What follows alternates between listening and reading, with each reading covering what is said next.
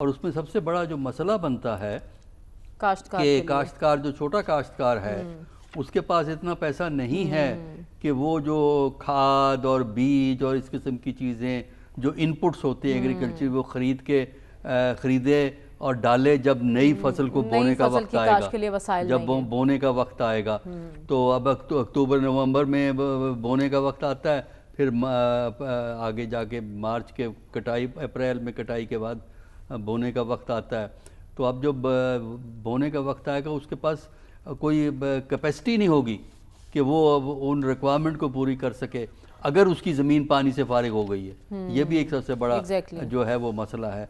तो हमने देखा है कि इस किस्म के फ्लड में जो इनिशियल वक्त तो गवर्नमेंट का और जो अदारे थे जिन्होंने रज़ाकाराना तौर पे काम किया, अच्छा काम किया, रेस्क्यू रिलीफ तो अच्छा हो गया है बड़ी हद तक।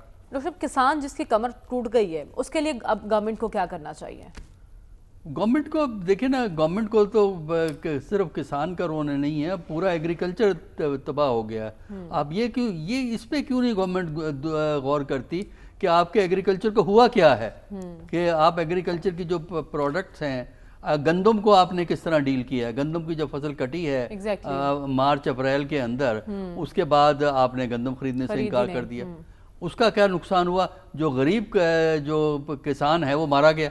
उसने सस्ती गंदम बेची, खर्च हुआ उसका ज़्यादा पैदा करने में, जो उसको वसूल हुआ वो कम हुआ। जिन लोगों ने गंदम को स्टोर कर लिया, कैपेसिटी थी या फाइनेंशियली वो स्ट्रॉन्ग थे कि फौरी तौर पे पैसे की ज़रूरत नहीं थी, आम किसान को तो फौरी तौर पे पैसे की ज़रूरत होती है, उसने कर्जे वापस करने होते हैं,